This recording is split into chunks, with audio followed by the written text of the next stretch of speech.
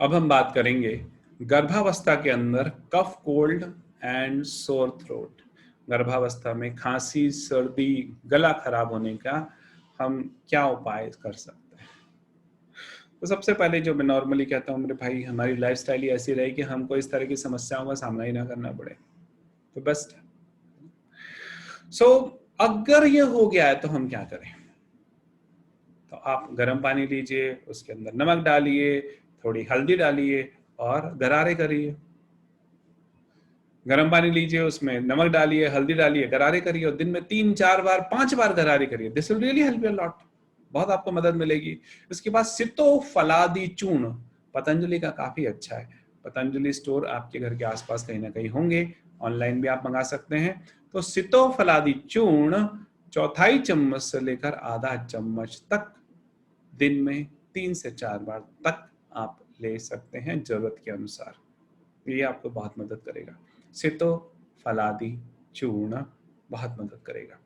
इसके बाद जोशीना सिरप आता है हमदर्द कंपनी का, जिसको सर्दी हो रही हो उसमें ये बहुत मदद करता है। अगर सर्दी हो रही है तो आप इसे 2 चम्मच गर्म पानी के अंदर डाल के सुबह खाली पेट और रात को सोते समय आप ले सकते हैं। और अगर गला खराब है तो इसे आप डायरेक्ट पी सकते हैं। इसके बाद पानी वगैरह मत पीना, तो ये लोकली सूद करना शुरू कर देता है। जरूरत पड़ने पर नेति की जा सकती है। गुनगुना गर्म पानी ले लिया जो सहन करता करता पानी हो, ज्यादा गर्म ना हो। उसके अंदर नेति का 1 लोटा जिसमें करीब 250-300 ml तक पानी आ जाता है। उसके अंदर आधा चम्मच नमक और चौथाई चम्मच खाने का सोडा डालकर आप नेति कर सकते हैं। नेति के वीडियोस आप देख सकते हैं, जिसने पहले से किया हुआ होगा तो बहुत अच्छी बात है। मार्केट में नेजो क्लियर ड्रॉप आता है, नेजो क्लियर ड्रॉप। उसके अंदर एक्चुअली सॉल्ट वाटर ही है, तो वो आप नाक में डाल सकते हैं। It is very very safe, so you can use नेजो clear drop अगर आपको जरूरत पड़ती है। This is really very good. और ये नाक कान, ये जो हमारा ईएनटी वाला जो स्थान है ना, नाक कान गला, ये जो इसमें इस एरिया के अंदर हमको प्रॉब्लम ना हो, हमारे गले में प्रॉब्लम ना हो, उसके लिए हम ऑयल पुलिंग भी कर सकते हैं। Is really very good. If you want glow on your face, if you want tonsils की प्रॉब्लम ना हो, गला खराब ना हो, हमें प्रॉब्लम्स इस तरह की ना हो, हमारे दांत बहुत मजबूत रहें, you can do oil pulling. ये ऑयल पुलिंग क्या होती है जी? आप एक्स्ट्रा वर्जिन कोकोनट ऑयल आप लीजिए, मुंह में भर के उसे चलाइए, ऐसा 10-15 मिनट तक करिए। और चाहें तो पीछे गले में भी ले सकता oil, extra virgin coconut oil, and then you can spit it after 10-15 minute. आप चाहें तो सेसमी सीड ऑयल यानी तिल्ली का तेल भी ले सकते हैं, सरसों का तेल भी ले सकते हैं, लेकिन एक्स्ट्रा वर्जिन कोकोनट ऑयल से आपको प्रॉब्लम नहीं होगी, ये मेरा अनुभव है, अच्छा है। So extra virgin coconut oil को आप सहन कर सकेंगे, आपको दिक्कत नहीं आएगी। कुछ लोगों के साथ क्या होता है कि वो सहन नहीं कर पाते, उनको लगता है कि नहीं नहीं नहीं उल्टी हो जाएगी। उस तरह की स्थिति नहीं होगी, क्योंकि एक्स्ट्रा वर्जिन कोकोनट ऑयल का जो टेस्ट होता है कुछ मीठा मीठा सा होता है ऑलरेडी। पर ध्यान रखना है यहाँ पे, अगर आपने ऑयल पुलिंग करी है तो उसको पीना नहीं है ना। आपने 10-15 मिनट गले में चला रहे हैं, दांतों के बीच में चला रहे हैं और गले में पीछे ले आए ऐसा करके, गले में जो यहाँ पे जो प्रॉब्लम्स है उसके लिए भी आपको हेल्प करेगा, दांतों को मजबूत करेगा, and then you can throw it, and this will really help you lot. Oil pulling के ऊपर इतने ज्यादा ऑयल पुलिंग के फायदे हैं कि उसके लिए एक्स्ट्रा वीडियो पूरा बनाया जा सकता है, एक एक्स्ट्रा क्लास ली जा सकती है। सो बेनिफिट, सो बेनिफिशियल। सो आप करके देखो। और हाँ, ध्यान रखना, सूर्य नारायण भगवान की धूप में जरूर बैठना है, तो take sun bath properly, maximum body को एक्सपोज करने की कोशिश करें। और महिला के रूप में हमारे लिए अगर संभव नहीं है तो आप सफेद कपड़े पहन सकते हैं, कुछ पतले कॉटन के कपड़े पहन के आप धूप में बैठ सकते हैं। और शहर में अगर हैं, खुलापन है, तो ये स्लीवलेस टी शर्ट और ये जो शॉर्ट्स पहन के आप पैरों के ऊपर अच्छी धूप लग जाए, हाथों पे लग जाए, है ना। टी शर्ट पहनी हुई है तो टी शर्ट को हल्का सा ऊपर कर लिया। आप प्रेग्नेंट है तो गर्भ को भी आपने सनलाइट के लिए एक्सपोज कर लिया, पलट के जो है आप अपनी पीठ को भी एक्सपोज कर लिया। This will really help you lot. आप सूर्य के सामने बैठिए तो सही। और अगर आप प्राणायाम करते हैं, आप अनुलोम विलोम प्राणायाम करते हैं, this will really help you lot, है ना, बहुत आपको मदद करेगा।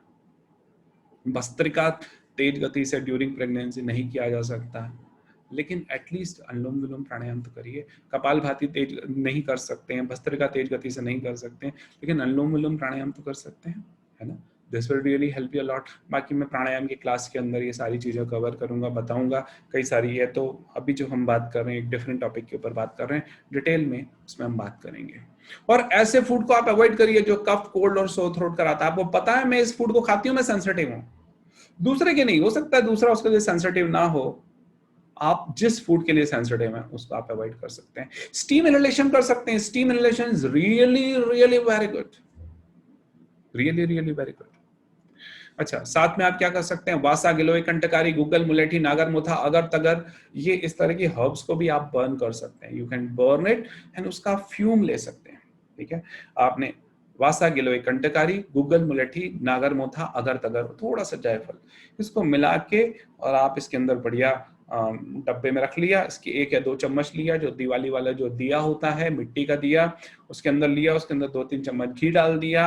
आपने गैस ली, गैस के ऊपर जो है इसको रख दिया और तेज फ्लेम आपने चालू कर दी गैस, इसके अंदर आग लग जाएगी।